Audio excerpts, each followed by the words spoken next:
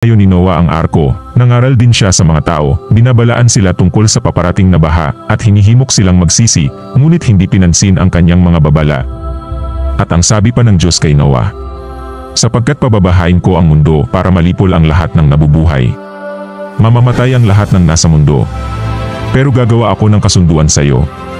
Papasok ka sa barko kasama ng asawa at ng mga anak mo pati ang mga asawa nila. Magpapasok ka rin ng isang lalaki at babae sa bawat uri ng hayop para mabuhay sila kasama mo. 2 sa bawat uri ng lahat ng hayop, mga lumilipad, lumalakad at gumagapang. Lalapit sila sa iyo para hindi sila mamatay.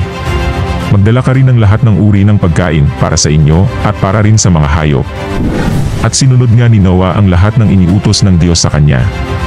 Masigasig na sinunod ni Noah ang mga tagubilin ng Diyos at, sa tulong ng kanyang mga anak na sina Shem, Ham at Japhet, itinayo niya ang napakalaking arko sa loob ng maraming taon.